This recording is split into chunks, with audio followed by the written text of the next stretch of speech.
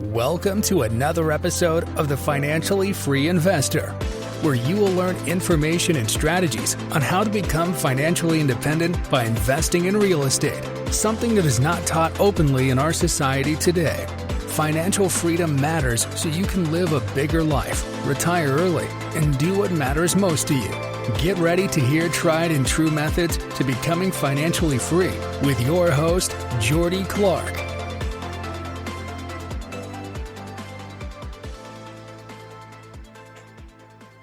All right, everyone, welcome into another episode of The Financially Free Investor. I am super excited. I know I say that on every episode, but I am especially excited for this episode. We have Rich Fettke joining us today. So Rich, welcome in, man. Thank you. Good to be here, Jordy. Yeah, thank you. So I'm super excited. Rich, I've kind of followed your story for a little while. We have some mutual friends and we kind of chatted about that, and that's awesome. It's a small world. Yeah. But I just finished Rich's book, The Wise Investor, and it is absolutely phenomenal. I want to talk about that. There's a lot that I want to talk on, but maybe give us a 5-minute high level. Who is Rich and kind of your story of life and investing in real estate? Sure. Yeah. Well, I don't know how far back to go. If I go way back, it's, when I was 8 years old, I was diagnosed learning disabled. They diagnosed me as hyperkinetic disorder, which is today ADHD. So that really had an impact on my education and my school. I was put in classes for the learning disabled, so other kids called me a retard. And so that's kind of like that's looking into the back of my mind of the gremlin that's in my head that tells me I'm never going to be successful, never be able to write a book, let alone 3 books, all that stuff. So that's kind of like how I started in life. And then I got into weightlifting and competitive bodybuilding, and that taught me discipline and focus and goals, and it really helped me turn my life around. And I moved out to California in '95 from Boston, is where I grew up, and was doing really well. I got into coaching really early. I got certified as a coach back in 1995 when coaching was really new. Got involved in the coaching industry, became vice president of the International Coach Federation, and then got a book deal with Simon & Schuster. So life was just rocking. I was like on my game. I'm like, I got this. I'm going to be successful. And then I was diagnosed with melanoma, which is the most advanced form of skin cancer, which is not the worst thing in the world, except the doctors thought it had spread to my liver. They had me do an ultrasound and a CT scan that showed these masses on my liver. And after a bunch of tests, they told me I had 6 months to live. So that was a rocker for us. I had a 10-year-old daughter, a 3-year-old daughter, this amazing wife, Kathy Fetke. Some of your listeners are probably aware of Kathy Fetke. She's out there a lot in the real estate space. But back then she was a stay-at-home mom, and Kathy said, I have to find a way to make ends meet if Rich dies. And so she sought out mentors and started to talk to successful people, financially successful people, and most of them were real estate investors. So that's when she was like, this is what I can do. I can start learning how to invest. She got her license, became a mortgage broker. Thankfully, the doctor's diagnosis was wrong. After 3 months of not knowing, I got a PET scan, and the PET scan showed me as cancer-free. So after the surgeries to remove the melanoma, they diagnosed me cancer-free. Still here I am 20 years later, feeling great. But that was the impetus for Kathy to get out there and find a way to create income. And that turned us on to real estate investing. And we did a cash out refi of our property that we owned, that we had just bought after we got married in '97. And that property had appreciated every year like $100,000. So we did a cash out refi. We went to a little north of Dallas, Texas, in a town called Rockwall, and we bought 5 investment properties. And that was what got us into real estate investing, learning how to create financial freedom. We had friends and family say, how did you do this? How are you living here in San Francisco, but investing in Texas? And so we just decided to form a group to help our friends and family. And then we thought that group would just be, small. And over time, that group has grown. Now our company is called Real Wealth. We've helped over 66,000 members now achieve financial independence. So it's been it's been quite a journey over the last 20 years. Yeah, that's awesome. So I'm curious, do you think you would have gone down that path had you not had the scare with cancer? Not, I think eventually, but I was in the mindset that so many people get caught in of, I'm going to invest in real estate someday when I have a lot of money, and not realizing that that's not the time to do it. It's like, I just always thought that I had to have a couple $100,000 to invest in real estate, realizing that, a bank will finance 80%, sometimes more of that asset, was the mind blower for us, and being able to do a cash out refi. So no, I think eventually it would have happened, but I probably would have just kept putting it off like so many people do, and just been happy with our primary residence and probably been stuck there. Yeah, yeah, no, and I'm glad you say that, because I think a lot of people have the aspiration to go and buy rental properties or investment properties, and it really is not that hard, right? Like for you Right. guys, how did you figure out, hey, we can take cash out of our house? Was that just because Kathy had gotten her mortgage license? Exactly. Yeah. She saw other people doing the same thing, and she was helping them do that. Because one of her mentors was a mortgage broker. And he said, hey, if you get your real estate license, you can come and work for me and you can do really well. And this is like 2003, 2004, when it was a crazy world with real estate. These no income, no asset loans, and 100% financing and all that stuff. So she got in the game at a good time, and she was doing really well financially with mortgages, and at the same time on the fast learning curve of really learning about investment real estate, doing these cash out refis, all that good stuff. Yeah, no, that's awesome. We'll fast forward a couple of years then. I'm just curious, how did you guys weather through 08, 09? I'm relatively young. I'm 32. This will be, I guess, my first market cycle, right? Mm, I've been a real estate broker for going on 9 years now. I brokered a ton of transactions, but dude, all I know right. is crazy appreciation, crazy rent growth. And, I think we've got some turbulent times ahead of us. So just curious to get your guys' take on what you guys did to weather that. It was painful. It was really hard because it was our first, real market downturn, and, it was a big one, and we were overextended. We were upside down in a lot of properties. We had negative cash flow properties. We didn't sell our high priced California rental properties, and they lost half their value and went upside down. We had to do a short sale, and we had a couple foreclosures. We had a short-term construction loan on a couple mountain cabins, high-end mountain cabins out in Tennessee. And those construction loans came due, but we couldn't get any financing. We were just in that mindset of, oh, we'll just refi them when it's time, when they're built, we'll just do a refi. So huge lessons learned that we share with our network now. We're constantly sharing with our members at Real Wealth to always buy properties that make sense from day one. Make sure they at least cash flow a little bit. Make sure you have 6 months of reserves so you can weather the storm. Because if we had done that, if we had just had cash flow properties that, even if they cash flow $1 a month, and we had those financial reserves, and we had weathered that storm with those properties we had the short sale and everything, man, we would have a $50 million portfolio right now. So it's crazy. Lessons learned. Yeah, no, that's good to hear. And, we can definitely kind of superimpose that into today's world, because I know a ton of people that have been buying negative cash flow stuff just for the appreciation. Because here in Salt Lake, we've seen 30% appreciation year over year for the past few years, but it's not going to continue. And No. So, just reaffirms kind of our investment thesis. So it's good to hear. It does, yeah, and it's going to create a lot of opportunities for people who are in the know and aware and ready. So I know a lot of people who have liquidated some of their assets and built up some cash reserves, and they're ready to go when there is a downturn. I don't think it's going to be anything like 2008. All of the economics are different today, and everything is different as far as people having these low rate mortgages and are locked in for 30 years. I think it's 93% of people who have mortgages in the US right now, their mortgage rate is under, I think it's 4.25% under that. So there's a lot in there, like, under 3%. So Yeah. those people are not going to be walking away like so many people did in 2008, 2009. Yeah. Yeah. No, it'll be interesting for sure to see what happens, but that's a really good point.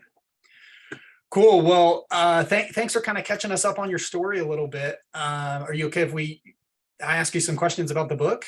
Absolutely. Yeah. Love that. Cool. It's my Cool. favorite book right now. Yeah, mine too. Phenomenally written, by the way. Thank you. I've never been formally diagnosed with ADHD, but I think I'd probably check all the boxes. And I just don't want to go down the path of getting a diagnosis, because then I'll be like, I need medication. But anyways, Yeah. yeah, I love the book. I'm curious, why did you write the book? Yeah, that's a good question. Sometimes I ask myself. No, I'm pretty clear on it. So I wrote my first book, that Simon and Schuster deal, 20 years ago. It's called Extreme Success, and it was a nonfiction book on being more effective with business and in life, in dealing with fear, staying focused, all that good stuff. And then I learned that 86% of people who start a nonfiction book don't finish it. And I had my coach, who I speak to every other Friday. He had read my first book, and he kept saying, so when are you going to write your next book? Your first book was so good and all. And I was like, I think I've written my book. I think I'm done. And but then I got into this whole story writing thing, because we applied story branding to our company.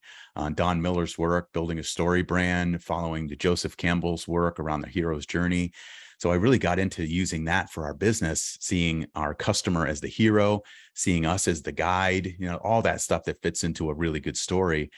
And I kind of got hooked on it. And I said that one day to my coach, Kenji. I just said, if I was going to write a book again, I'd probably write a story, something that's compelling, something that people are going to finish. And that was it. And then the seed was planted, and I couldn't stop thinking about it. So that's why I wrote a parable. That's why I wrote a story. One, I wanted to write a book that people would love to read and finish the whole thing. And two, I know that a story emotionalizes information. So it was a way for me to weave all the knowledge that I've gained over the last 20 years as an investor, and over the last 35 years as a coach and philosopher, if you will. I love to study wisdom, kind of weaving it all into one book and one story that would be compelling, that would connect with people emotionally, and that would really elicit a change in people, where they actually do things different. They take action. They do something with the knowledge. So that's why I wrote The Wise Investor as a story. Yeah, that's great. I love how you wrote it, by the way. And I'll just throw in, my 2 cents on the book as I was listening to it, because it's tough. I've got a 7-year-old, a 2.5-year-old, and a 2-week-old. So reading for me is, I just don't have the time. Right. Yep. But I don't really listen to music unless I'm working out. So everywhere I'm driving to, I'm Audible and whatnot. So I love that you read your book. So thank you. Guys, if you listen to it, you'll hear Rich, and it's phenomenal. He just, the way you talk through the different characters and, kind of change your voice a little bit. I love that. However, the point I was trying to get to was, I love that it was a story, because there's very few books written about personal finances and financial freedom and investing in real estate that are that story, right? And I can think of maybe 3 or 4.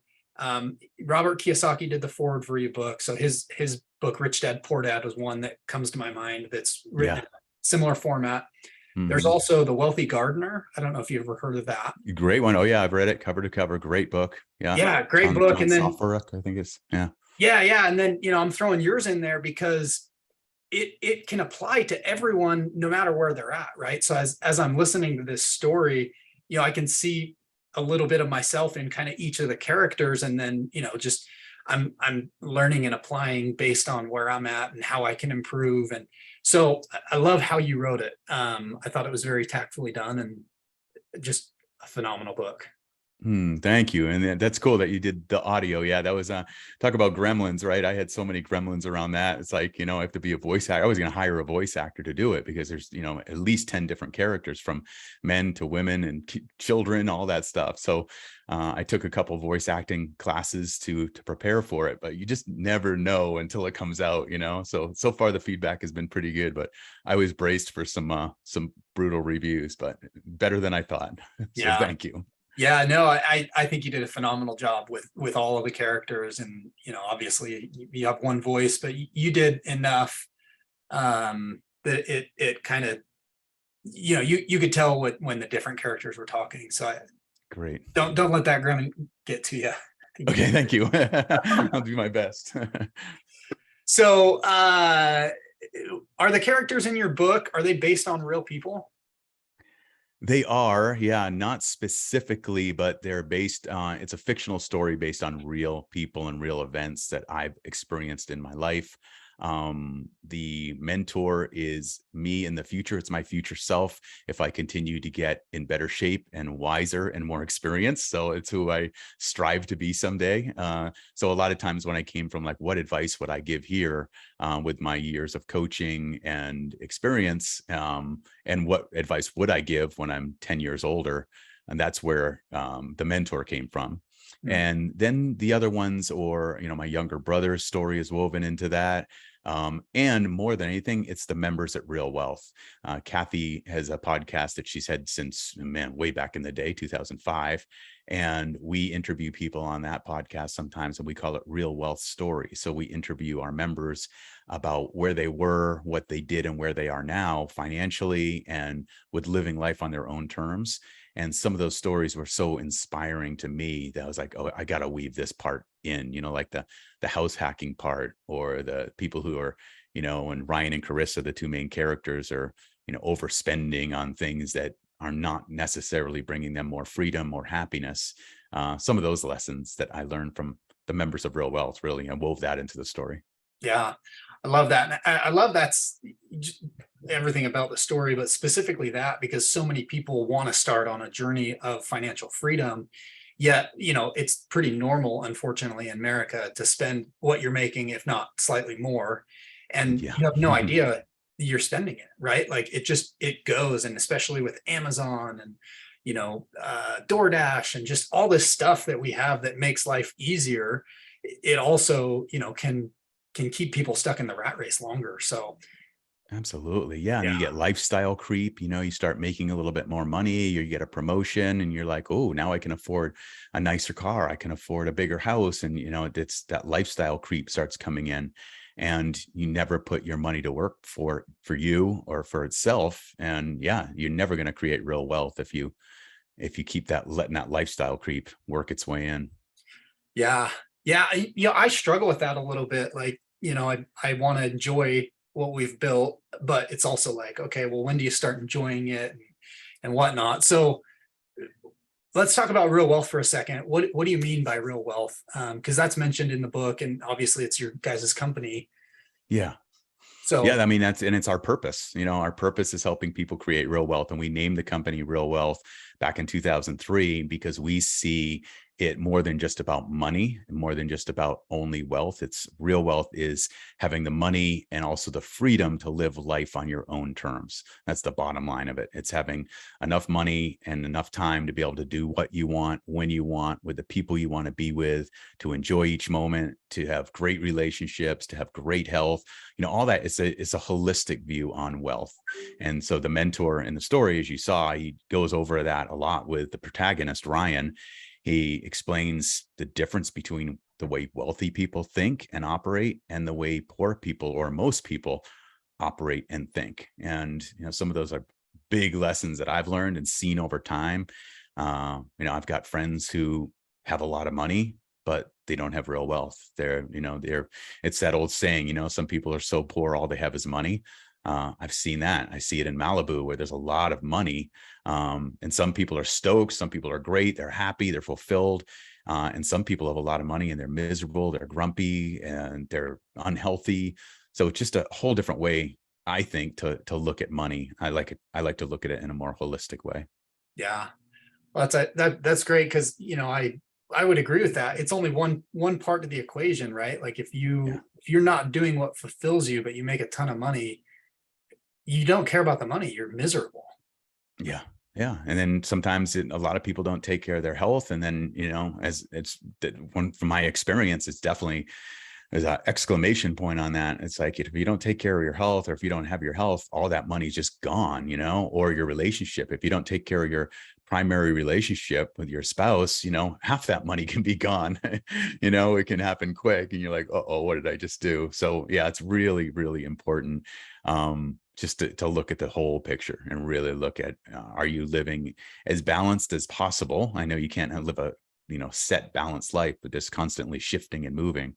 But I think it's vital to always look at those major areas of your life and really look at, how am I living here? Am I satisfied? Is this, how would I rate this area of my life? Is it, if like a 10 is perfect and awesome, and a 0 just sucks? It's like looking at these different areas of your life and saying, how would I rate this? How satisfied am I with my health right now? How satisfied am I right now with my relationship, or my personal growth, or my spirituality, or my money? I think it's vital to do a constant reassessment on that. Yeah. Yeah. It's so true, because everything's always changing. Like you said, Yeah. and in the book, you alluded to, you should do this once a quarter, right? Where you look at your life wheel, or there's a couple different versions of it. Like I use a life happiness index. So it's like 12 or 15 categories or whatever. And you just go through, and, and our mutual friend, Mike, he's influenced me to never rate something a 7. He's like, don't rate it a 7, because that's, kind of copping out. Like it's either a 6 or it's really an 8, good. Right. I love that. Yeah. So it really forces you, when you get into the habit of doing this, you're like, oh yeah, this is a 7. It's a 7. And it's okay. It's okay. Yeah. Like it really forces you to go, okay, well, is this a 6 or is this an 8? Because 7's not an option. And then, an 8, you're like, man, this is really good. Like not quite perfect, but a 6 is like, hey, I could for sure improve. And so I'm curious, how often do you reanalyze your life happiness index, or your wheel of life? Every quarter. Yeah, every quarter. So I have my rituals. I'm very ritualistic, because they've served me so well. Everything from meditation to yoga, to reviewing my life. I do an annual event for our group at Real Wealth. I call it the Focused Investor, and it's all around really stepping back and looking at your future vision. Where do you see yourself in the future? Where are you now? What are your goals for the year? What personal quality you're going to develop this year? So I do the same thing for myself. I don't want to be one of these people who's like, here, take my advice, because I'm not using it. I want to use it, So every quarter I do that. That's why I have a coach that I talk to every other Friday, because it's not stopping to really look at your life and how you're operating, and what's working and what needs improvement, what needs work. If you do that, you're just you're checked out, and life goes by. All of a sudden, a year goes by, 2 years, 5, 10 years goes by, and you're like, crap, what did I get myself into? So I think it's a constant assessment. And honestly, I do it every single morning. I have a 3-ring binder that I have my goals in, and my plans, and my little check boxes, like being back in kindergarten, of my rituals and habits. And that's what I always did when I coaching clients too. It's just a powerful tool. I love it. Love it. It's the little things every day. Yeah. It all adds up in a big way. No doubt. For sure. Before we kind of jump into this other quick little section I usually do with other guests, I just want to say, I've also been waiting for the truck that was in your book for a few years. I'm hoping that I receive my truck, right? No, you picked that one up, huh? Yeah. I like it. Yeah. Nice. Yeah. Yep. I'm waiting for that too. Right. I'm a car guy, so I've been waiting 3 years for that. Oh, man, it's too long. Yeah. Yeah. But it's all good. So yeah, last question I'll have for you is just, in the book, you say there's no such thing as self-made success. What do you mean by that?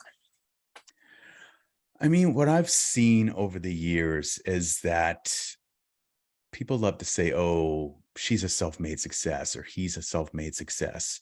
And often when you look at someone else, but when you hear people who are successful, they usually don't say, I'm a self-made success.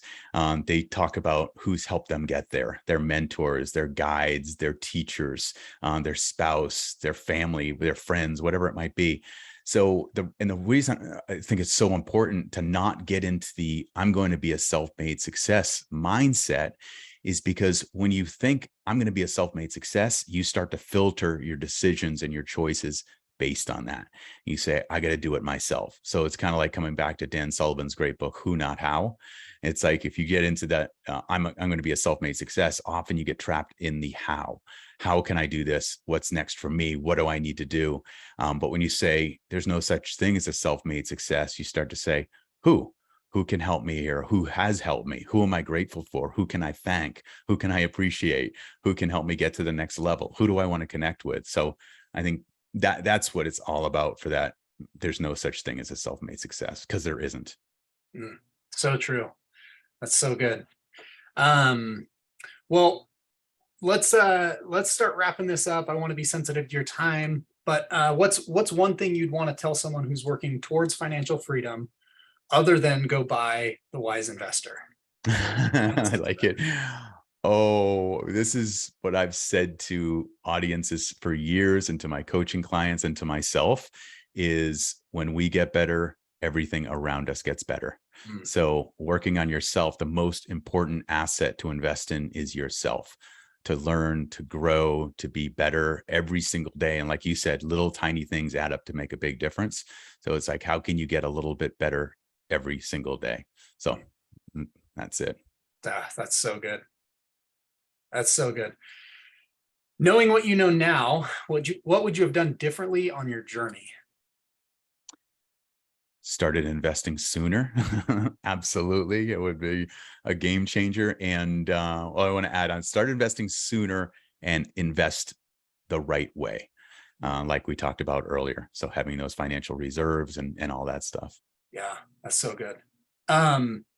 Just curious, your first house, do you remember how much you paid for it in San Francisco? Yeah, it was actually a 1031 exchange. Kathy's dad was in a partnership with some partners, and they had an apartment building. His partner sold it without consulting him, and then they let him know by a letter back in the day, a letter saying, oh, we sold this apartment building. So his time to identify a property for a 1030 exchange was very reduced. And so he reached out to his 5 kids and said, hey, kids, I'm going to have to pay a lot of taxes here if I don't buy another property. So go out and find something, and then you can rent it, and it'll be part of the trust and part of what you get in the inheritance. And so Kathy rallied out of her, 4 different siblings, and Kathy, she went out there and just hit the streets, and she found this place that was 4,100 square foot, beautiful new home in the Bay Area. It was $547,000 back then. Now it's probably worth 1.8. And, but it was more house than we can afford. And it was more house than we needed, with just 2 little daughters. But it had a lower level with 2 different units. One was an office with its own entrance, and one was a little in-law suite. So we converted both of those into apartments. So we house hacked back in 1997, and we were able to keep up with the mortgage that way. And eventually that's the house that appreciated over time. We were able to do that cash out refi, give Kathy's dad his money back eventually. And then he passed, sadly, not too long after that. And so we inherited that house, and that was the game changer. So he left a legacy for us, no doubt. Yeah. Wow, that's awesome. That's what it's all about too. And I think, just stepping away from that, he gave more than just money, right? Because obviously you guys were flies on the wall. You were able to participate in some portion of the 1031. Good point. So Yeah. he gave you knowledge as well. And that's probably what helped you start earlier than not. Yeah, it probably would have been 10 years if we were lucky, It's like, so absolutely, it was a mindset shift, which I think is the most powerful thing that anyone can do for anyone, open up their mind to seeing things in a new perspective. And it's just like the lights come on, and yeah, that's exactly what happened. Really good point. Yeah, so good. Well, I want to be sensitive to your time. So where can people find the Wise Investor book? And then where can people find out more about you? Okay. Wise Investor book is out on Kindle and ebook and on audio now, on Amazon, all major booksellers, really easy to find. Just look for the Wise Investor. And for our company, it's simple. realwealth.com is our URL. And then I'm the only Rich Fetke in the world. So on social media, just Rich Fetke, Fettke. Okay, awesome. Well, go follow Rich. He's got some great stuff. Go get the book. I recommend the audio version because Rich reads it himself and does a phenomenal job. And yeah, probably a hard version too to give out. I know I'm probably going to snag a couple of those because I got people always wanting books. So yeah, awesome. Yeah, open up some, change some minds, and yeah, do some mindset shifts for some friends. I love that. Thank you. Yep. Yeah, absolutely. Well, Rich, it was a pleasure having you on. Thank you so much, and I look forward to seeing more of you in the future. Awesome. Thanks. Can't wait to meet you someday soon. Yeah.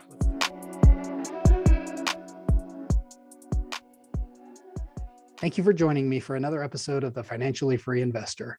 If you found value in this episode or know someone who would find value in this information, please share with them, subscribe, and send us a review.